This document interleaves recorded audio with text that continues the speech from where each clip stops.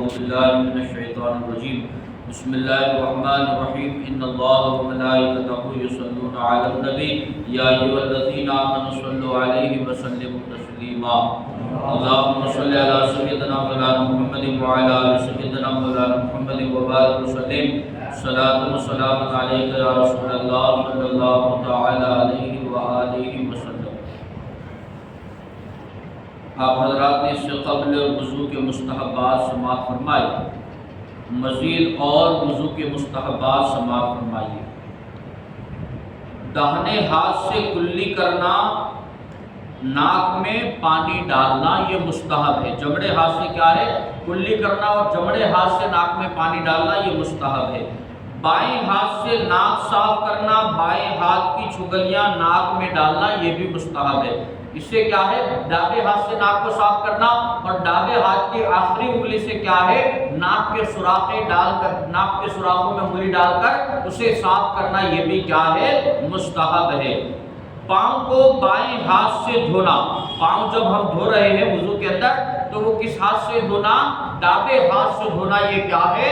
مستحب ہے۔ منہ دھونے میں ماتھے کے سرے پر ایسا پھیلا کر پانی ڈالنا کہ اوپر کا بھی کچھ حصہ دھل جائے یہ بھی مستحب ہے۔ جس طرح پیشانی پر بال اٹھنے کی جگہ سے تھوڑی کے نیچے تک ایک کان کی لو سے دوسرے کان کی لو تک یہ کیا ہے؟ فرض حصہ ہے، لیکن کیا ہے؟ ایسا پانی ڈالنا کہ پیشانی کے اوپر کا بھی کچھ بھاگ کیا ہے؟ گیلا ہو جائے یہ کیا ہے؟ مستحب ہے۔ بہت سے لوگ یوں کیا کرتے ہیں کہ ناک یا آنکھ یا بھووں پر چلو ڈال کر سارے منہ پر ہاتھ پھیر لیتے ہیں اور یہ سمجھتے ہیں کہ منہ دھل گیا، حالانکہ پانی کا اوپر چڑھنا کوئی معنی نہیں رکھتا۔ اس طرح دھونے میں منہ نہیں دھلتا اور وضو نہیں ہوتا۔ کچھ حضرات کی عادت ہوتی ہے کہ ہاتھ میں کیا ہے؟ چلو میں پانی لے کر اس طرح ڈال دیتے ہیں منہ کے اوپر، پھر اس طرح کیا ہے؟ مسے کی طرح کرتے ہیں۔ لہذا کیا ہے؟ اس طرح سے اکثر اوقات کیا ہے؟ کچھ حصے سوکھے رہ جاتے ہیں جس کی وجہ سے وضو نہیں ہوتا۔ دونوں ہاتھ سے منہ دھونا یہ بھی مستحب ہے۔ ہاتھ پاؤں دھونے میں انگلیوں سے شروع کرنا یہ بھی مستحب ہے۔ جب ہم ہاتھ دھو رہے ہو یا پیر دھو رہے ہو تو انگلیوں کی جانب سے کیا ہے؟ دھلنے کی شروعات کرنا، کوہنیوں کی جانب سے نہیں بلکہ کیا ہے؟ انگلیوں کی جانب سے شروعات کرنا۔ پہلے انگلیاں دھونا، پھر یہ حصہ، پھر یہ حصہ، یہاں تک کہ کوہنیوں تک دھونا یہ کیا ہے؟ مستحب ہے۔ چہرے اور ہاتھ پاؤں کی روشنی وسیع کرنا، یعنی جتنی جگہ پر پانی بہانا فرض ہے اس کے اطراف میں کچھ بڑھانا، مثلا نصف بازو اور نصف پنڈلی تک دھونا یہ بھی مستحب عمل ہے۔ جیسے کوہنیوں تک کیا ہے؟ ہاتھ دھونا فرض ہے، لیکن کیا ہے؟ تھوڑا اوپر کی طرف بھی ہاتھ دھو لینا چاہیے، لہذا کیا ہے؟ تھوڑا اوپر کی طرف ہاتھ دھو لینا۔ اسی طرح کیا ہے؟ پنڈلیوں تک کیا ہے؟ پنڈلیوں کے اوپر تک جو گھٹی ہے وہاں پر کیا ہے؟ وہاں تک پیر دھونا فرض ہے، لیکن کیا ہے؟ تھوڑا اس کے اوپر بھی دھل لینا چاہیے، یہ کیا ہے؟ مستحب عمل ہے۔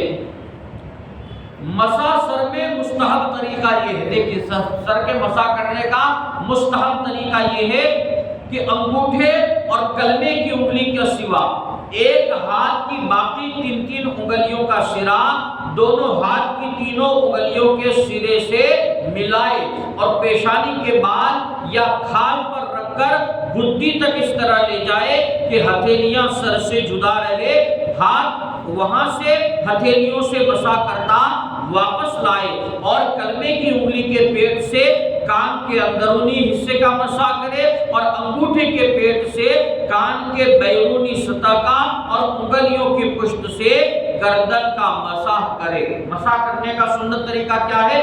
اس طرح ملا لینی ہے، اولا یہ چھوڑ دینی ہے، یہ تینوں انگلیاں کیا ہے؟ ملا لینی ہے، ہاتھ گیلا کرنے کے بعد ملا لینی ہے اور پھر اس طرح کیا ہے؟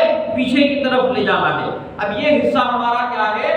سوکھا رہے گا، اس طرح کیا ہے؟ تھوڑا تھوڑا یہاں سے گیلا رہے گا لیکن یہ حصہ ہمارا سوکھا رہے گا۔ اس طرح کیا ہے؟ اولا کیا یہ حصہ سوکھا رہے گا، مطلب کیا ہے؟ تھوڑا سا حصہ، ورنہ یہ سارا کا سارا حصہ کیا ہے؟ سر کے اوپر پھیل جانا چاہیے، جس سے کیا ہے؟ چوتھائی سر کا مسح ہو جائے۔ اس طرح کر کے پیچھے کی طرف لے جائے، پھر کیا ہے؟ یہ جو تھوڑا سا کوڑا رہ گیا تھا، اس سے کیا ہے اس طرح مسا کرے، واپس اس طرح لائے۔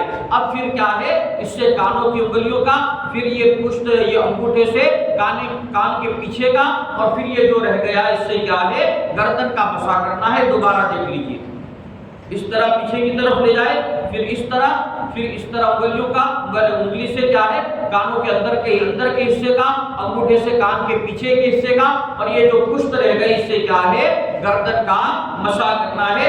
اس طرح مسا کرنا یہ کیا ہے مستحب ہے۔ کلمے کی انگلی کے ہر عضو دھو کر اس پر ہاتھ پھیر دینا چاہیے کہ بوندے بدن یا کپڑے پر نہ ٹپکے، خصوصاً جب مسجد میں جانا ہو کہ قطروں کا مسجد میں ٹپکانا یہ مکروہ تحریمی ہے۔